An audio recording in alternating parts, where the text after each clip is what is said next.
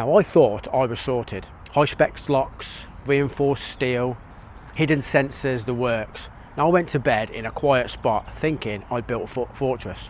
I got woken up at 3 AM because of the soft clink against the side of the van. Locks held, the way they went for the hinge, it made me realise I've been playing the wrong game. So if you're relying on the stuff you bought off the shelf, you're already behind.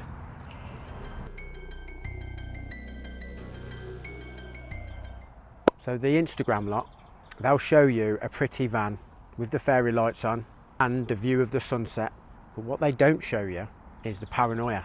They don't show you the sound of someone pacing around your van at 2 AM on a Tuesday in a rainy industrial estate in Birmingham. So living in a van for 3 years, and specifically 3 years in the UK, has taught me one thing. People don't want to steal your van because they like your interior. They want what's inside. And when you've got a 5G gaming setup and expensive tools tucked away, you're basically a walking target. Now I've spent the last 3 years stealth camping, and that word gets thrown around like it's a magic shield, but it isn't. I've made a massive error in my early builds by focusing on keeping people out instead of making the van invisible. Now I've finally figured out a system that actually works, a way to make the van essentially a ghost. It's the way through a city, but I had to learn the hard way to get there. Let's talk about the first time I really messed up. It was about 18 months ago, back when I was parked on the street up in Leeds. I thought it was quiet, but I made a mistake of parking directly underneath a bright street lamp because I wanted to see my way back to the van. Big mistake. So around midnight, I heard a thud and heavy boots on the pavement. My heart was in my throat. I was absolutely in silence in the van. Then Rowan, who usually sleeps like a log, went all stiff, and she didn't even growl. She just let out this low gruffle huff, and her ears went back as well. So I'm sitting there in the dark, sweating, holding my breath, listening to them fiddle to the door handle, and I was terrified because I knew my external deadlock was exposed. They must have spent around 10 minutes trying to jimmy the door. Now look, I have recommended some of these external deterrents in my past videos, and they're alright for a quick fix, but let's be honest, they only work sometimes. But if someone wants to get in that bad, it doesn't matter how much steel you slap on that door, they're gonna get through. You can only do so much. But here's the thing I didn't do, and still bugs me in that moment.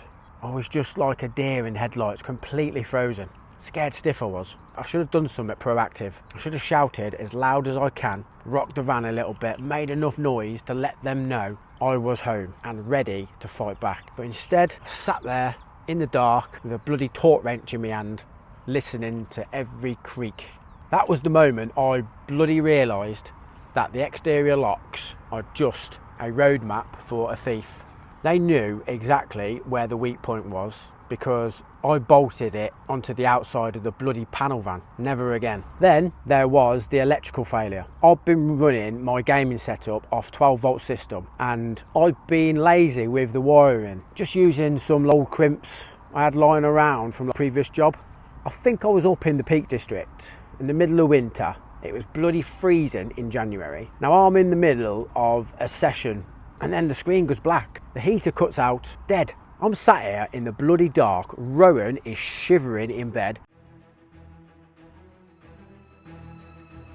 and I'm scrambling around with a head torch in the freezing cold, trying to find the break. It turned out I'd mounted a connector because of the voltage drop. The wire couldn't handle it, and the whole system just popped. It wasn't just losing the game that pissed me off, it was losing the heating when it was literally below zero outside. That's when I learned that the electrical system isn't just for comfort, it's your life support. So I ended up ripping the whole lot out next, went back to the proper buzz bars and upgraded every single run to high spec cabling. So if you're going to run high draw kits, you can't cut corners. Look, I know some of you in the comments have been saying, come on Mark, you're all talk at the minute. Where's the action? Where's this Luton build? I get it, mate. You want to see the sawdust flying and the panels going up, but here's the honest truth. Finding the right base vehicle takes proper time. I'm not about to rush out and drop thousands of pounds on a clapped out Luton that's hiding a knackered engine or a rotten frame just to rush a video out for YouTube. If you buy the wrong van, you'll regret it for the next 5 years. So right now, I'm intentionally laying the foundations.